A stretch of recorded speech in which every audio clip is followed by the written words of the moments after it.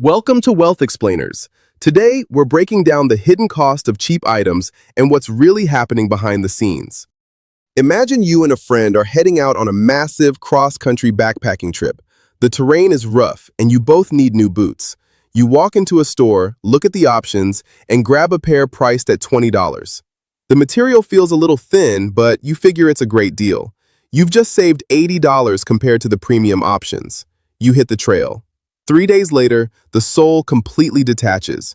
You have to stop your trip, hike back to a town, and buy another $20 pair. Fast forward a few months. You've now repeated this exact cycle 5 times. You have a pile of broken boots, your feet are in terrible shape, and you've spent $100. Plus, you've wasted days of your trip dealing with broken gear. Meanwhile, your friend took a different approach. On day 1, they bought a single pair of heavy-duty, reinforced boots for $100. They walked right past you when your first pair broke, and they haven't stopped since. On the surface, your $20 boots looked like a smart, responsible way to save money. But underneath, they were actually a financial trap. Here's the part most people miss. We are conditioned to look at the price tag at the checkout counter and believe that is the final cost of an item. We experience a little rush of feeling financially prudent when we pick the cheapest option. But the true expense of a product doesn't live at the checkout register. It is distributed across the entire lifespan of the item. In the corporate world, they evaluate assets using a metric called the total cost of ownership. It factors in the purchase price, the maintenance, the repairs, and how soon it will need to be entirely replaced. But as consumers, we rarely apply this math to our own lives. If you buy a $60 vacuum that burns out every 2 years, you aren't saving money compared to a $300 vacuum that runs perfectly for 10 years. The math is identical over a decade. The difference is that the cheaper item represents an ongoing lease on an unreliable tool, while the quality item represents a permanent solution. Now, this is where it gets interesting. Buying low durability goods acts as a recurring leak in your household cash flow.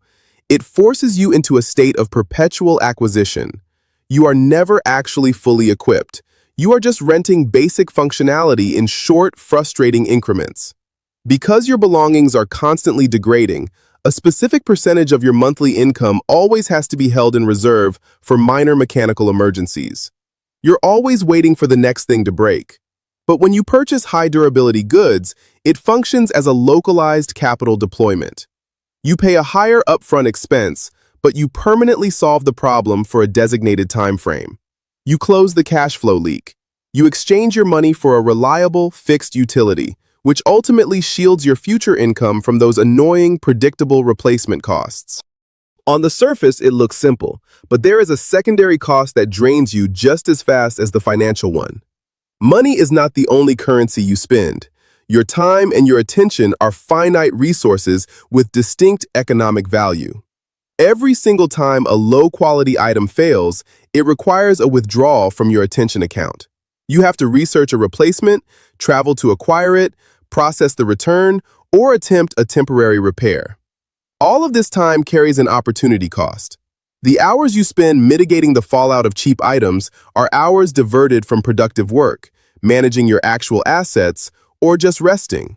The friction compounds quietly in the background, and we usually mask it by calling it bad luck, rather than recognizing it as a bad allocation strategy. And this is the key. Why is it so hard to break this cycle? There is a massive psychological gap between how a purchase feels in the moment and how it behaves on a long-term timeline. Human cognition is heavily weighted toward the present.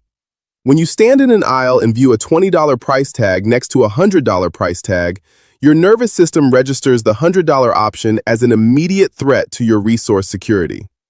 The $20 option gives you instant gratification. The problem appears solved, and your bank account barely moved. The failure of that cheap item happens months later, completely separating the negative consequence from your initial decision.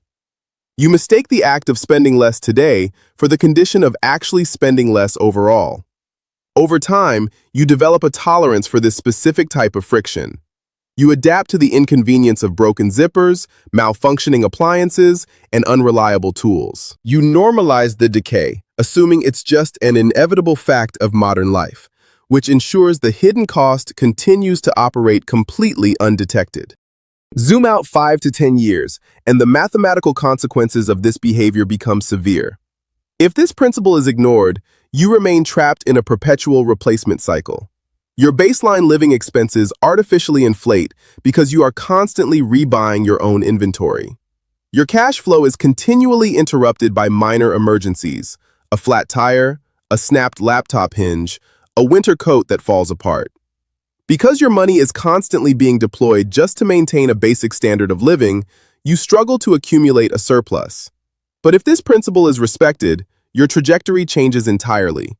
You experience extended periods of zero maintenance. Your baseline living expenses stabilize.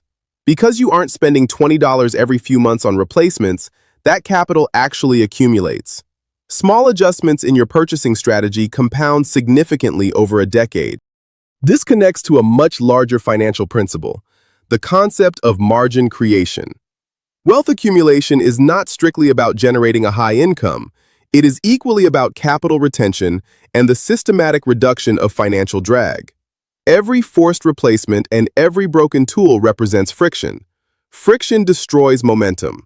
When you eliminate the hidden cost of cheap items from your life, you stabilize your financial baseline.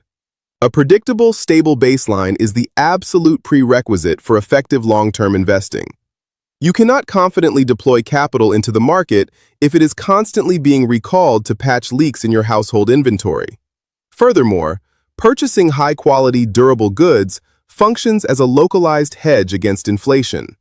When you buy a durable good today that lasts for 15 years, you completely insulate that specific area of your life from the rising costs of manufacturing and supply chains over the next decade and a half.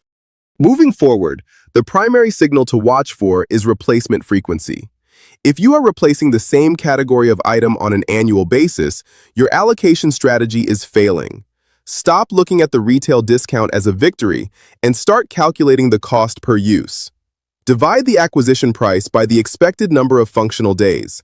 A $20 item used 10 times costs $2 per use. A $100 item used 1,000 times costs 10 cents per use. The more expensive item is mathematically cheaper by an order of magnitude. The true metric of any purchase is the distance it carries you. When you shift your mind from measuring the initial cost to measuring the life cycle utility, the invisible mechanics of money become entirely visible. The leaks in your cash flow seal shut, and the path forward becomes clear and predictable.